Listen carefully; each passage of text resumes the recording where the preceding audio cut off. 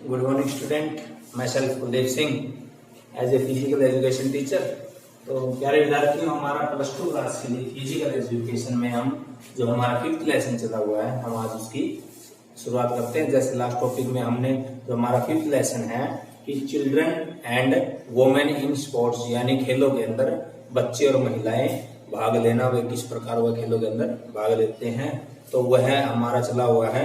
Last topic हमने किया था गामक विकास क्या होता है।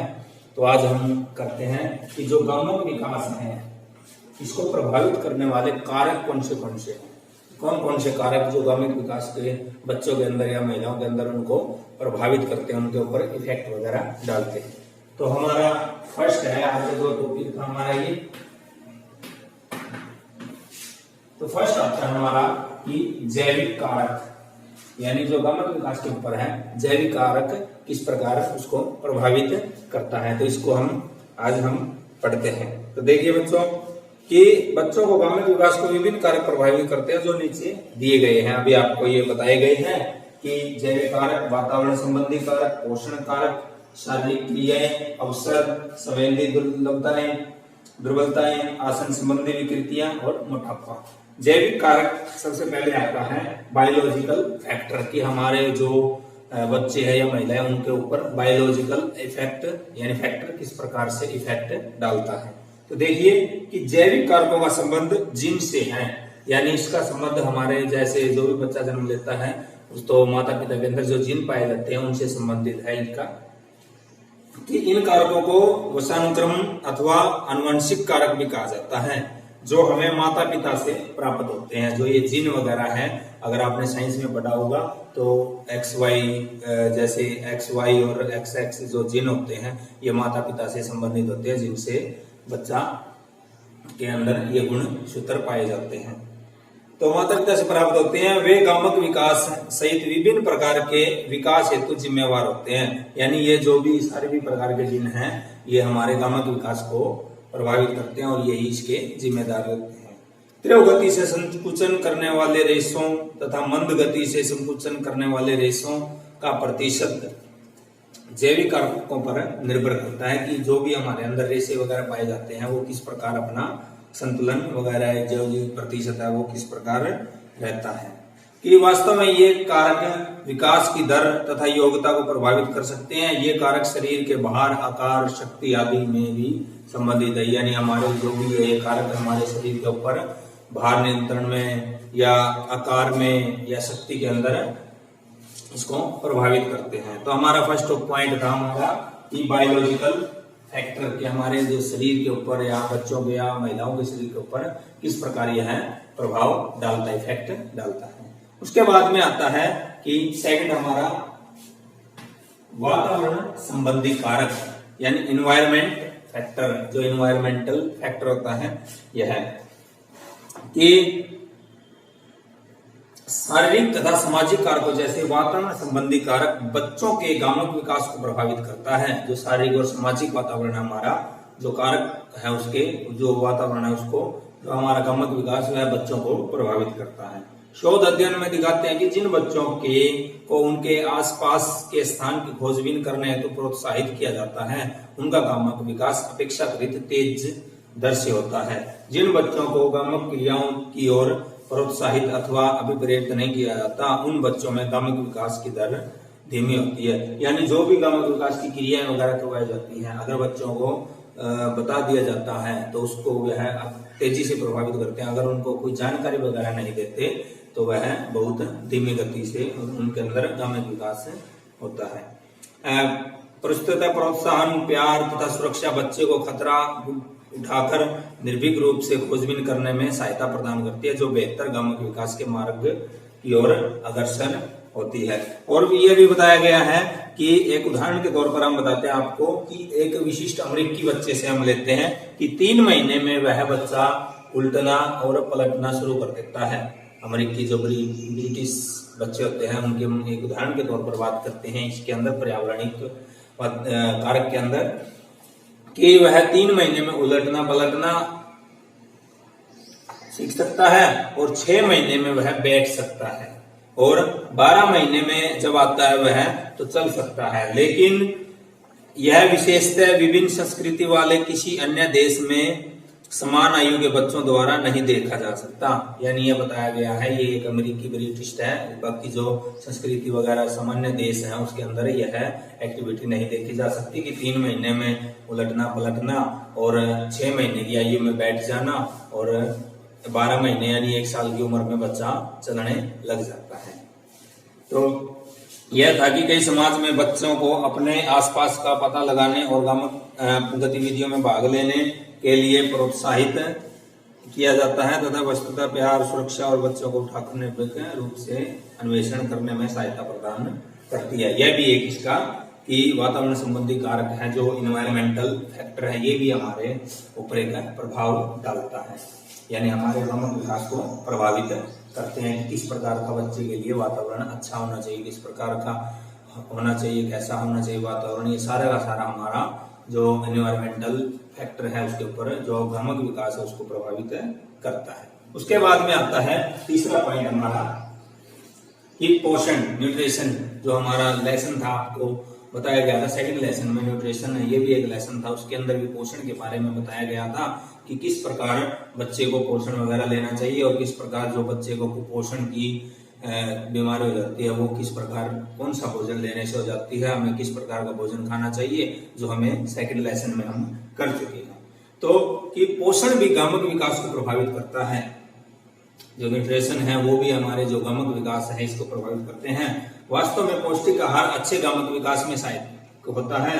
संबंधी गामक विकास पोषण पर निर्भर करता है। यदि बच्चे को पौष्टिक आहार प्राप्त होता है तो वे शक्तिशाली बन जाते हैं, जो अत्यंत उनके गामक विकास का मार्ग करता है। इसके विपरीत यदि बच्चों को समुचित पौष्टिक आहार नहीं मिलता तो वे कम ओजस्वी रहते हैं और उसके कारण उनका गामक विकास धीमी गति से होता है। यानी हमें आम सी बात है, अगर बच्चे को आहार, संतुलित आहार, पौष्टिक आहार देंगे तो बच्चा शक्तिशाली और तंदुरुस्त बनेगा। अगर जो गर्भवती महिलाएं हैं उनको भी अगर पौष्टिक आहार, संतुलित आहार दिया जाएगा तो जो पैदा होने वाला बच्चा वह एक हेल्दी होगा। अगर महिलाओं को पौष्टिक आहार नहीं मिलता तो जो भी जन्म लेने वाले बच्चे हैं वो एक कमजोर पैदा होते हैं। तो यह भी एक गामक विकास को प्रभावित करता है कि संतुलित आहार हमें अच्छा लेना चाहिए। जो भी फल फ्रूट या पत्तेदार सब्जियां हैं, हरी सब्जियां हैं, उनका सबसे ज्यादा हमें प्रयोग करना चाहिए। और जो भी हमारे विटामिन और प्रोटीन से रिलेटेड वस्तुएं हैं उनका हमें अत्यधिक प्रयोग करना चाहिए। तो हम एक अच्छा पोषण लेकर हम जो भी हमारे गामक विकास को प्रभावित करते हैं वो हम एक शक्तिशाली बन सकते हैं और हमारा जो शरीर है वो मजबूत बन सकता है। उसके बाद में तीसरा पॉइंट, चौथा पॉइंट आता है हमारा फोर्थ, कि शारीरिक क्रियाएं, फिजिकल एक्टिविटी, जो हमारी फिजिकल एक्टिविटी है वो भी हमारे यानी गामक विकास को प्रभावित करती है। कि नियमित शारीरिक क्रियाएं तीव्र गामक विकास में सहायता करती है। यदि शारीरिक क्रियाकलाप बच्चों की शारीरिक योग्यता के अनुरूप होने चाहिए। वे बच्चे जो शारीरिक क्रियाकलाप नहीं करते या उनका गामक विकास धीमा हो जाता है। यदि वे छोटे छोटे क्रियाएं भी नहीं करते तो उनका गामक विकास भी इतना धीमा हो जाता है कि उनको गामक विकास प्राप्त करने की काफी लंबा समय लग जाता है। कि जो फिजिकल एक्टिविटीज है उसको भी करने से हमारी जो गामक विकास है या उनको प्रभावित करता है। कि जो भी बच्चे हैं सभी को हमारी जो फिजिकल एक्टिविटियां हैं वो हमें अत्यधिक करने चाहिए। जो भी हमारी शारीरिक क्रियाएं हैं शुरू से लेकर हम जब भी करते हैं हमें करनी चाहिए। इसकी कोई सीमा नहीं होती या इसकी कोई आयु सीमा नहीं होती। जब भी हम कर सकते हैं तो हमें फिजिकल एक्टिविटी करनी चाहिए। उसके बाद में नेक्स्ट होता है हमारा कि अवसर, की अपॉर्चुनिटीज। यह जाना माना तथ्य है कि जिन बच्चों को शारीरिक क्रिया या अथवा गामक क्रियाकलाप करने का अवसर नहीं मिलता उनका गामक विकास बेहतर होना स्वाभाविक है। वस्तुतः गामक क्रियाकलाप में भाग लेने के अवसर संबंधी गामक क्रियाओं के विकास हेतु बेहतर अवसर प्रदान करता है। यदि बच्चों को समुचित अवसर प्रदान नहीं किए जाते तो बच्चों में गामक विकास की दर धीमी हो जाती है। कि उनको अवसर नहीं दिए जाते तो यह भी उनको एक जो हमारे गामक विकास है उसकी दर वह धीमी हो जाती है। अगर किसी बच्चे को हम अवसर वगैरह नहीं देते तो यह भी हमारे एक इसको प्रभावित करता है। उसके बाद में आता है संवेदी दुर्लभताएं, कि सेंसरी इम्पेयरमेंट कि दृष्टि अथवा श्रवणबाधिता यानी जो सुन नहीं सकते, जैसे संवेदी दुर्बलताएं बच्चों के गामक विकास को बाधित कर सकती है। जो बच्चे सुनने में दुर्लभ हो जाते हैं, बच्चों को गामक विकास हेतु निर्देशित करना और जो कठिन हो जाता है, इसी तथ्य पर सर्वे दुर्लभता भी गामक विकास की दर को धीमा कर देती है। इसके विपरीत यदि बच्चे में किसी भी प्रकार की संवेदी दुर्लभताएं नहीं हो तो गामक विकास बेहतर तरीके से हो सकता है। यानी ये भी दिया गया है कि कोई दृष्टिहीन या कोई सुनने में अगर बच्चे हैं तो उनकी जो भी दर है वह धीमी गति हो जाती है। अगर यह उनमें नहीं है तो हमारा जो गामक विकास है वो बहुत तेजी से बढ़ता है। यह भी एक इसको प्रभावित करता है। उसके बाद में नेक्स्ट आसन है हमारा 7 कि आसन संबंधी विकृतियां, जो हम आसन से जो भी विकृतियां हमारे शरीर के अंदर पाई जाती है उनको विकारों को दूर कर सकते हैं। कि पोस्चर डिफॉर्मिटीज कि बच्चों में पाई जाने वाली आसन संबंधी विकृतियां निसंदेह बच्चों के गामक विकास को प्रभावित करती है। जैसे कि रीढ़ की हड्डी का टेढ़ापन होना, चपटे पैर होना। चपटे पैर का मतलब कि जो पाँव हमारा है, जो मोटापा हो जाता है बच्चे के अंदर, उसके अंदर कोई स्पेस नहीं रहता पाँव के अंदर। ऐसे आर्क होने चाहिए हमारे पाँव के अंदर, पंजे और पेच के, यानी बीच में आर्क हो तो हम अच्छा हो सकते हैं, वरना ये चपटे पाँव कहलाते हैं। कि घुटनों का आपस में टकराना, कि हम जब भी चलते हैं आपस में हमारे घुटने टकराना, ये भी एक इसका कारक है। मुड़ी हुई टांगों जैसे मुद्राकृतियां बच्चे के गामक विकास में बाधा उत्पन्न करती है। अवरोध उत्पन्न करते हैं। मुद्रा आसन संबंधी विकृतियों की अनुपस्थिति में बच्चे का गामक विकास अपेक्षाकृत तीव्र गति से होता। अगर हमारे अंदर यह विकृतियां नहीं है तो हमारा जो विकास है वो गामक विकास बहुत तेजी से बढ़ता, वरना इसके अंदर बाधाएं उत्पन्न होती है। उसके बाद में लास्ट पॉइंट हमारा कि मोटापा, ओबेसिटी। क्या होता है मोटापा? आजकल देखा गया है हर व्यक्ति के अंदर मोटापा है, हर बच्चे के अंदर मोटापा है, इसके आदी हो गए हैं। तो मोटापा तथा अधिक भार का बच्चों के विकास पर नकारात्मक प्रभाव पड़ता है। इसका अर्थ है कि जो बच्चे अधिक भार वाले तथा मोटे होते हैं वे गामक क्रियाकलापों के प्रति अधिक उत्साहित प्रदर्शित नहीं करते। जहां तक कि इन क्रियाओं में भाग लेना उन्हें असुविधाजनक प्रतीत होता है। ऐसे बच्चों में गामक विकास अत्यधिक धीमी गति से होता है। वे गामक गतिविधियों में अधिक समय लेते हैं। यानी जो भी मोटापे से ग्रसित बच्चे होते हैं वह जो भी एक्टिविटीज करते हैं, जो भी फिजिकल या कोई भी क्रियाएं करते हैं, उनमें वह बाधा उत्पन्न होती है। तो यह भी एक इसको प्रभावित करता है हमारा कि गामक विकास को मोटापा भी एक ओबेसिटी भी प्रभावित करता है, फैक्टर डालता है।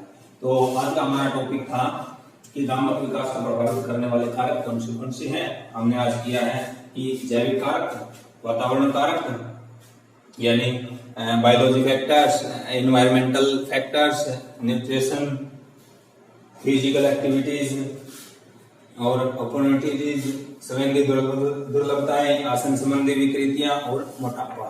तो आज का हमारा ये क्वेश्चन था। तो प्यारे विद्यार्थियों, जो भी आपको ये होमवर्क वगैरह दिया जाता है इसको आप अपने नोटबुक के ऊपर राइट कीजिए और लर्न करते रहें। तो धन्यवाद।